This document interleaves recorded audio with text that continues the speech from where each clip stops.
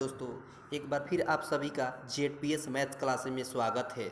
जैसा कि आप देख पा रहे हैं, आपका एग्ज़ाम 17 फरवरी से 10th का एग्ज़ाम है, जिसमें से मैंने कुछ महत्वपूर्ण क्वेश्चन लिया है आपके लिए। परिमेय संख्या का कुछ ऑब्जेक्टिव क्वेश्चन मैंने लिया है। तो चलिए शुरू करते हैं। क्वेश्चन यहाँ पर पहला क्वेश्चन बोला है कि 0 और 50 के बीच विषम संख्याओं की संख्या आपको बताना है। तो 0 और 50 के बीच विषम संख्या कौन हो जाएगी? 1 होती है, फिर 3, 5 से लेकर 49 तक। तो 1 से लेकर 49 तक संख्या हो जाएगी आपको 25। तो 0 और 50 के बीच विषम संख्याओं की संख्या कितनी हो जाएगी? 25। तो ऑप्शन आपका हो जाएगा बी।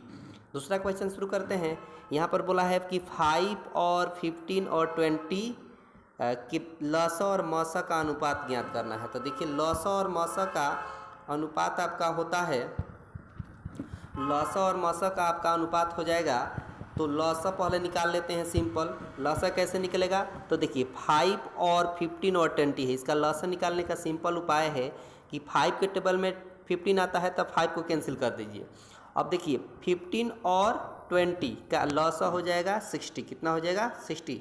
60 आपका लसा हो गया। फिर आपका इसका मसा निकालना है। तो मसा आपका हो जाएगा कितना? 5। कितना हो जाएगा? 5। तो 5 लिख देंगे और इसका रेशियो निकाल लेंगे। 5 से कैंसिल कर लेंगे तो 5 1 जा 5, 5 2 जा 10 और फिर 5 1 जा 5। तो 12:1। तो ऑप्शन आपका हो जाएगा बी नंबर। फिर आपका क्वेश्चन नंबर थ्री आपका क्वेश्चन नंबर 3 कि बोला है यहाँ पर, क्वेश्चन नंबर 3 आपका बोला है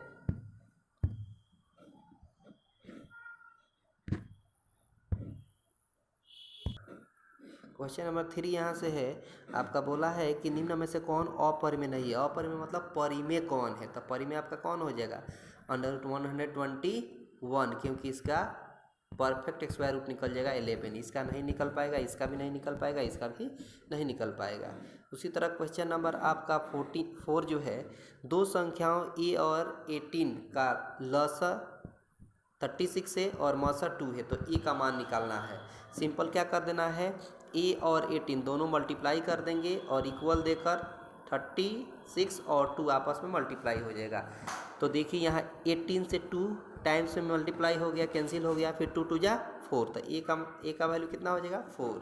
ए का वैल्यू हो गया आपका 4। अब आगे देखिए, आपका सवाल अगला है 5 नंबर। 5 नंबर बोला है कि आपका यदि P और Q दो अभाज्य संख्याएं हैं तो उनका मौसा बताइए। अभाज्य संख्याओं का मौसा हमेशा होता है 1। क्वेश्चन नंबर 6 देखिए, सबसे छोटी अभाज्य और सबसे छोटी भाज्य संख्या का गुणनफल बताइए। सबसे छोटी अभाज्य संख्या होती है 4 और सबसे छोटी भाज्य संख्या होती है सबसे छोटी भाज्य संख्या होती है 4 और सबसे छोटी अभाज्य संख्या होती है 2। अब दोनों का मल्टीप्लाई बोला है तो 4 2 जा 8। आपका ऑप्शन नंबर हो जाएगा सी। फिर आपका क्वेश्चन देखिए, क्वेश्चन आपका है 7 नंबर क्वेश्चन है। यहाँ पर बोला है कि निम्न में कौन सी अभाज्य संख्या है। तो अभाज्य संख्या कौन जिसका फैक्टर ना हो सके? तो इसका फैक्टर हो जाएगा, इसका भी हो जाएगा, इसका भी हो जाएगा। किसका नहीं होगा? ए का फैक्टर नहीं होगा। 29 का फैक्टर नहीं होगा, तो ऑप्शन हो जाएगा ए नंबर। फिर बोला है 3.27 और 27 पर रेकरिंग है। इसको बोला है कि ये कौन सी संख्या है? पूर्णांक है कि एक परिमेय संख्या है कि एक प्राकृतिक संख्या है कि अपरिमेय संख्या है? तो ये एक परिमेय संख्या है, जिस पर पॉइंट के बाद संख्या रहे, संख्या के ऊपर अगर रेकरिंग है तो एक परिमेय संख्या होती है। फिर बोला है किसी पूर्णांक m के लिए सम संख्या का रूप है। सम संख्या कब होगा? जब यहाँ वैल्यू हम मान लीजिए यहाँ m के जगह पर कोई भी हम पूर्णांक रखते हैं, जैसे 1, तो 1 में 2 ऐड करेंगे तो क्या होगा? 3 होगा। तो 3 कोई सम संख्या तो नहीं हुई। तो बोला है कि चारों ऑप्शन में से कहाँ पर हम पूर्णांक रखें कोई भी संख्या जो एक सम संख्या के रूप में मिले, तो वो ऑप्शन होता है सी। ऑप्शन क्या हो जाएगा? सी, क्योंकि 2m है, इस m के जगह पर कुछ भी वैल्यू रखिएगा तो यहाँ से रिजल्ट आएगा सम संख्या। तो ऑप्शन हो जाएगा सी।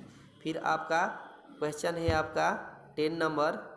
देखिए यहाँ पर 10 नंबर क्वेश्चन, 10 नंबर यहाँ क्वेश्चन देखिए, बोला है कि निम्न में से कौन सा परिमेय संख्या अपरिमेय संख्या नहीं है। बोला है कौन सा अपरिमेय नहीं है। अपरिमेय मतलब परिमेय कौन सा है, तो परिमेय जिसका परफेक्ट स्क्वायर रूट निकल जाए, यानी जिसका वर्गमूल पूरा पूरा निकल जाए, तो इसका नहीं निकल पाएगा, इसका भी नहीं निकल पाएगा, इसका भी नहीं निकल पाएगा। निकल पाएगा तो इसका, क्योंकि 64 का वर्गमूल हो जाएगा 8 और 81 का वर्गमूल हो जाएगा 9। तो ये आपका ऑप्शन हो जाएगा ए।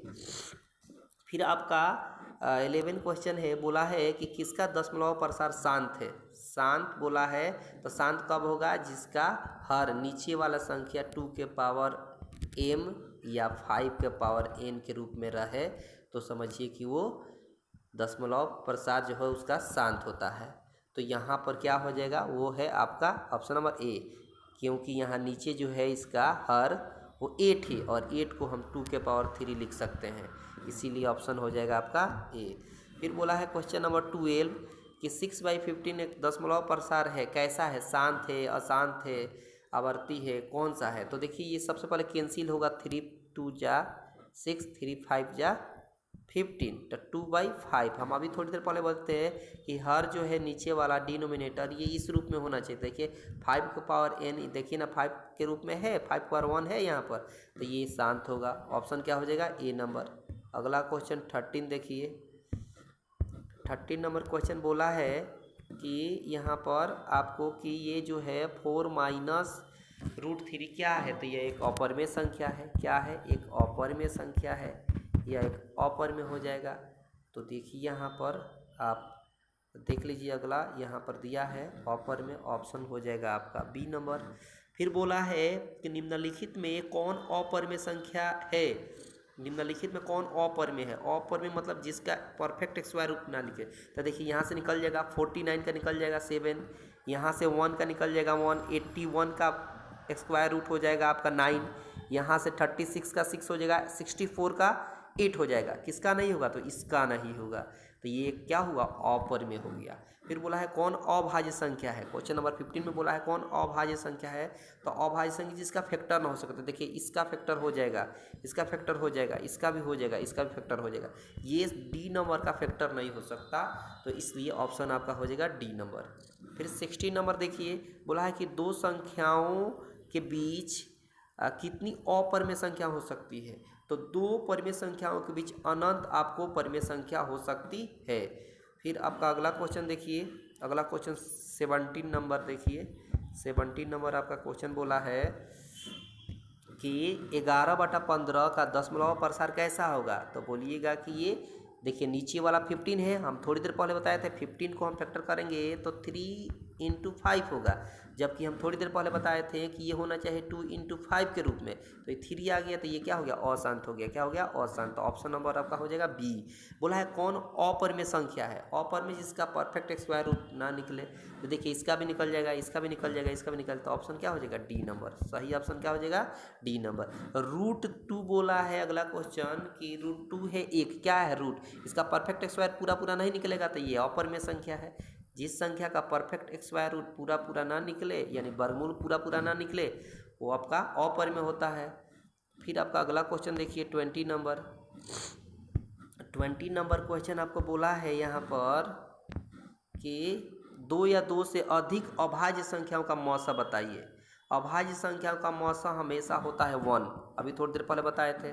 फिर बोला है निम्नलिखित में कौन परिमेय संख्या है। परिमेय संख्या जिसका जो परफेक्ट स्क्वायर रूट निकल जाए, इन्हें और रूट में रहे तो परफेक्ट स्क्वायर रूट निकल जाए, अगर रूट में ना रहे, सिंपल है, रूट से बाहर, तो परिमेय हमेशा होता है।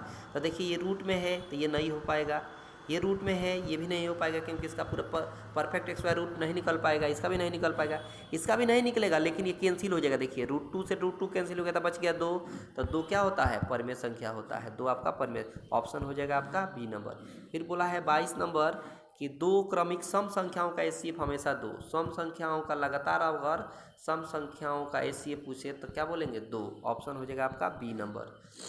फिर बोला है 2 धनात्मक पूर्णांक ए और बी है, उसका मौसा और लौसा का गुणनफल क्या होगा। वो दोनों संख्याओं का गुणनफल, उन दोनों संख्याओं का गुणनफल। फिर अगला क्वेश्चन देखिए, अगला क्वेश्चन आपका है, अगला क्वेश्चन यहाँ पर दिया है कि बोला है कि बताइए यहाँ पर कि यूक्लिड विभाजन एल्गोरिदम दो धनात्मक पूर्णांकों के निम्न में किसे परिकलित करने का तकनीक है। तो यूक्लिड विभाजन एल्गोरिदम का प्रयोग किया जाता है मौसा निकालने के लिए, मौसा निकालने के लिए। फिर बोला है पाई क्या होता है, तो पाई अपरिमेय संख्या होता है, पाई अपरिमेय संख्या होता है। तो यहाँ तक आपने देखा 25 क्वेश्चन ऑब्जेक्टिव क्वेश्चन देखा, जो बहुत ही महत्वपूर्ण है आपको 10वीं क्लास के लिए और बोर्ड एग्जाम के लिए बहुत ही महत्वपूर्ण है। तो ये आप उम्मीद करते हैं कि आपने यहाँ से बहुत सारा क्वेश्चन आपने लिया और सीखा, और आपसे यही रिक्वेस्ट है कि इस वीडियो को आप लाइक करें, शेयर करें और सब्सक्राइब करें। धन्यवाद।